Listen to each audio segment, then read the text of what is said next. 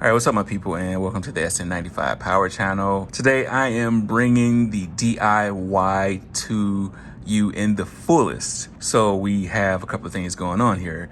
We have the washer and dryer going in the basement because I am in the basement. Today, I have a little free time away from the family, so I'm going to get some stuff done, but that doesn't mean I don't have stuff to do around the house. So you'll probably hear the washer and dryer in the background. You might hear some water running from the pipes up above us. You might even hear my cat Tom, hop in. But hey, it's all about the DIY over here on this channel. We don't have any fancy studios. This is just real life application here. So today I'm going to start working on these heads, and what I'm going to do is I'm going to get these cams off. I actually have a tool that I want to do a product review on also, but before we get to all that, I need to get these followers, roller rockers, whatever way you want to call these things. They have to come off. I don't have the tool that hooks up under and pushes down on the spring, but I do have a DIY trick that I want to show you guys. So let's get into it.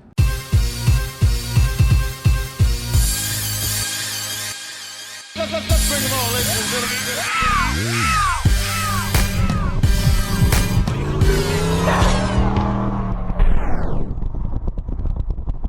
So some of y'all might be aware of this, and maybe this might be new to some of you, but you don't have to have the tool to remove these rocker arms. Basically, you can just get a screwdriver. Let me switch hands. Try to get a good angle on this. Hopefully the lighting is good. Let me see if I can get some light in here. All right, so all I'm doing is coming up underneath, pushing up on this, and it popped right off. By doing that, I'm just basically taking it off this lash adjuster, and that's giving me enough clearance. So this next one is pretty much the same thing. It's not on peak lift on the cam lobe, so I'll just come in and if you want to buy the tool, that's fine. If you're concerned about damaging anything, I get it. But honestly, you're not going, anything can happen, but pretty much only thing you're doing is just putting the tip of the screwdriver right here and you're prying up. So as long as you make sure you have the base circle or near the base circle and you don't have it on the highest lift of the cam lobe, it'll be all right. It's not going to damage anything. If you had it on the higher lift of the cam lobe, it might be harder to take off, and just don't do it that way. Just turn the cam until you can get it off the max lift of the cam.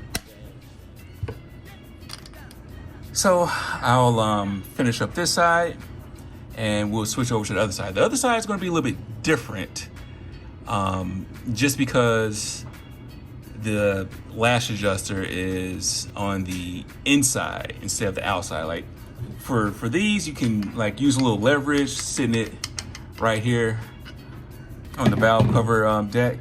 But over on this side it's a little bit different, and you probably need a longer screwdriver. But basically, you're just going to, get the screwdriver right there and pry up. Same procedure. I really need a longer screwdriver for this side right here.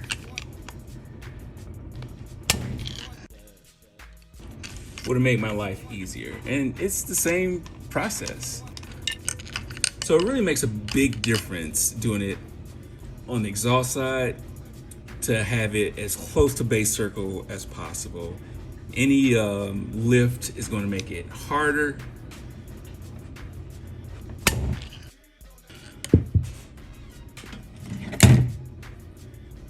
And it really helps to have a good quality long screwdriver.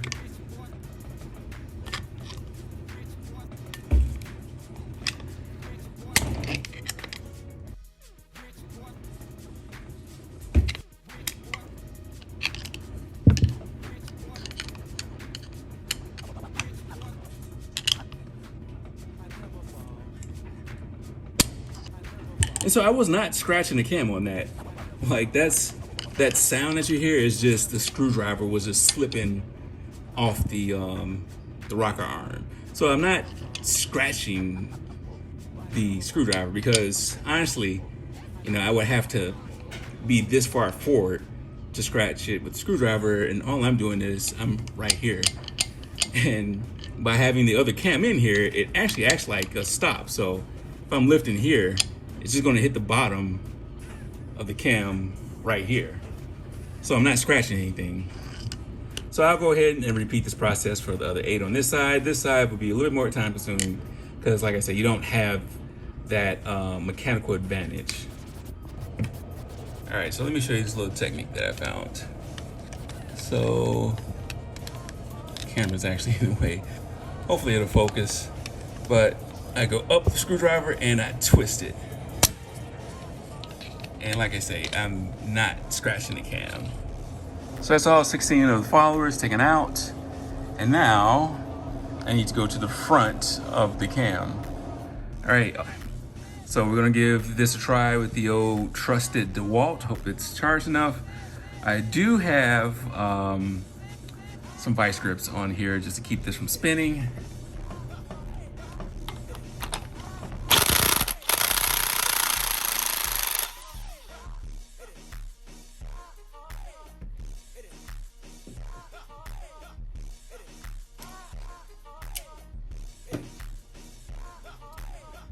Now, if I do decide to degree this, the only thing I'm gonna do is just grind off this whole keyway. And we need an ARP bolt anyway, and it's just much easier to degree this with this keyway just taken off completely.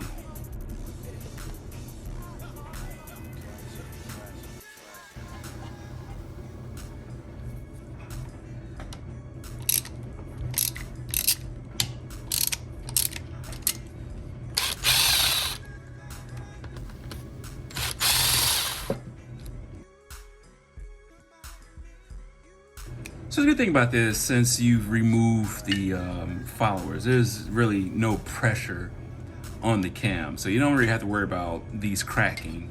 So as long as when you disassemble everything, you have the followers off, and you reassemble it, you have the followers off, you know, you can pretty much loosen these and tighten these without worrying about cracking these towers. Now, one thing that I like to do is I mark them. It's just me. It's something you don't have to do. Now, when I remove them, I just kind of walk it from side to side.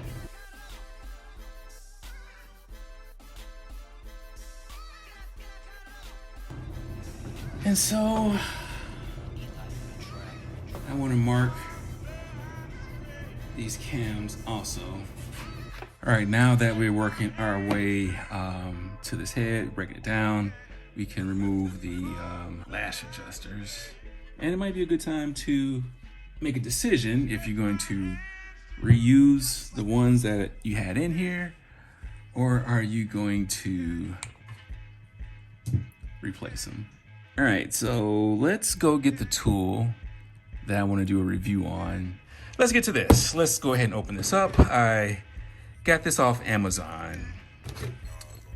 And let's see how the packaging quality is.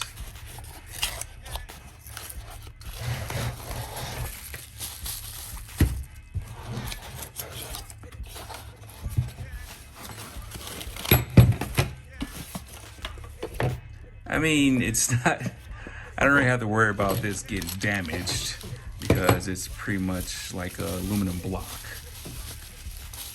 Now, funny thing is, the last 4-valve motor that I had, I actually made a tool similar to this. And I couldn't find it in time, so I just went ahead and bought this. So let's check it out.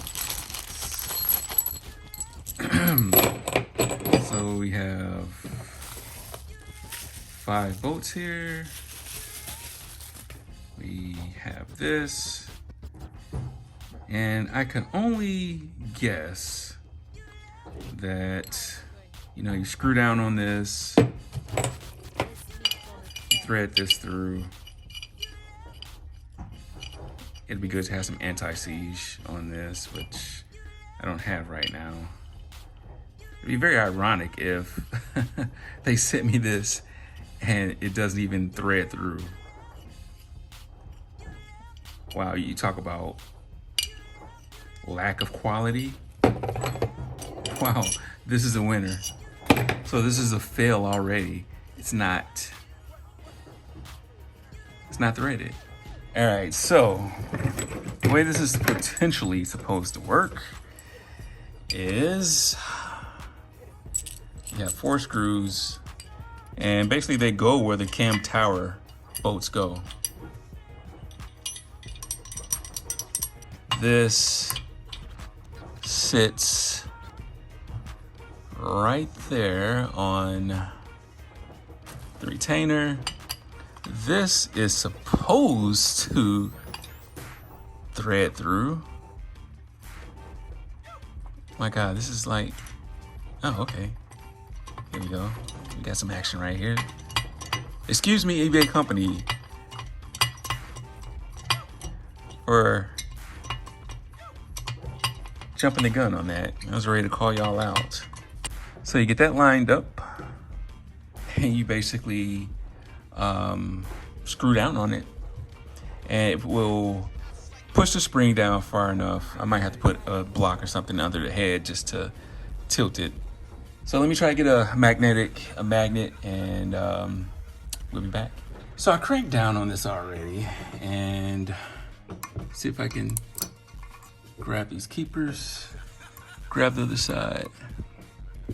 All right, well, I got a song and dance here where, there we go. So far, tool works smooth, I like it. Not gonna use this anymore, but I am going to need the retainer. So the good thing about the BTR valve springs is you can reuse the stock retainer. So now let's tip this over and grab something. So now we're gonna throw all this in our patent pending, hey, I don't know what you call this. This is our exhaust, yeah, I guess.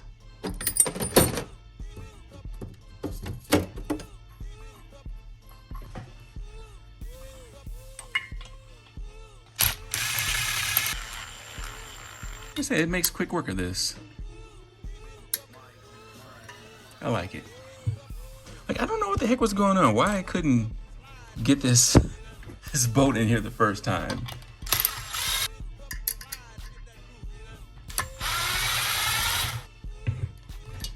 Now, I do want to keep whichever guy the valve came out of. I do want to keep that in the same spot. All right, so I definitely give this a thumbs up. I will add it to the link on Amazon to the description. Saves a lot of time.